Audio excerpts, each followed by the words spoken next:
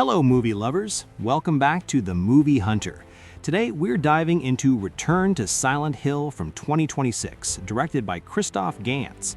This one's a long-awaited return to the foggy nightmare town after almost 20 years since the first Silent Hill movie in 2006, which back then left me so confused and turned off that I basically swore off horror films for good. Nothing made sense, it felt like pure nonsense, and I stayed away from the genre for a long time. So when this reboot sequel based on Silent Hill 2 came out, I decided to give it another chance.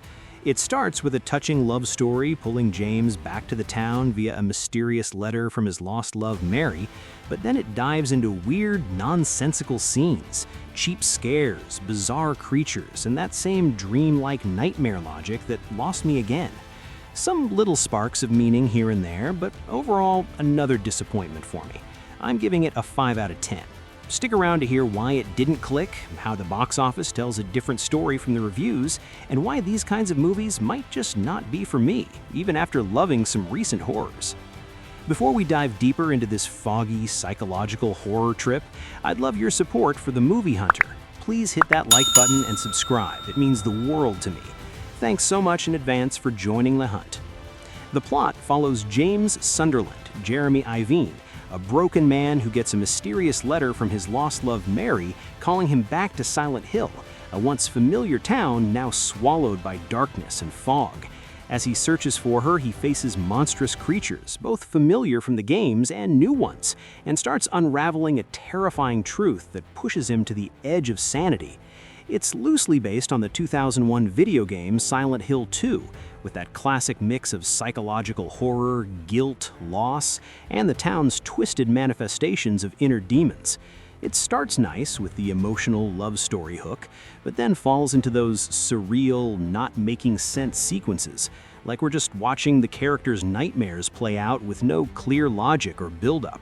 Cheap jump scares, grotesque designs that feel off, and creatures that don't land the way they should. It builds atmosphere with the fog and sound design, but the story presentation lost me again, just like the first one.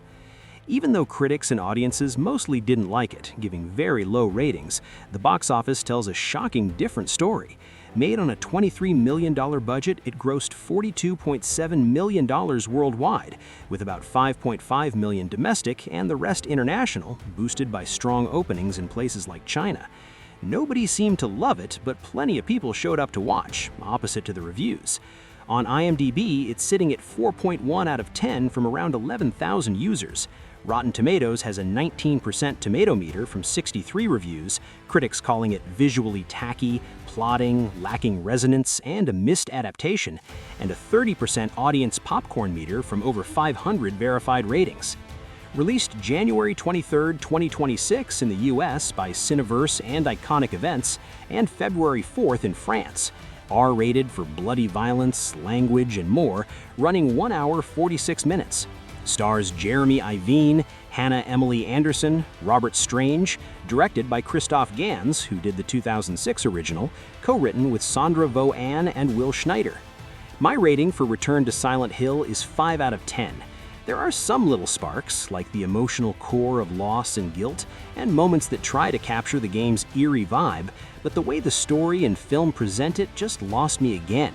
Or maybe these surreal, abstract horror movies aren't for me, even though in the last year I've watched and loved some new ones like Weapons, Nosferatu, Sinners, and others that hit hard. This one didn't connect. If you're someone who watched and liked this or the first Silent Hill, please let me know in the comments. What made you enjoy it? What did I miss? I'm very much curious. That's it for this movie review. What did you think of Return to Silent Hill? Did the creatures or the love story grab you, or did it feel nonsensical like it did for me?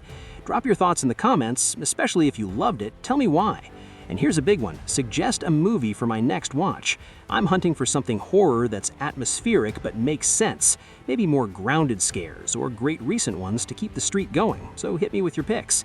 If you enjoyed this video, or even if it sparked debate, please give it a thumbs up, hit that subscribe button, and ring the bell so you don't miss the next hunt. Thanks for joining me. See you in the next one.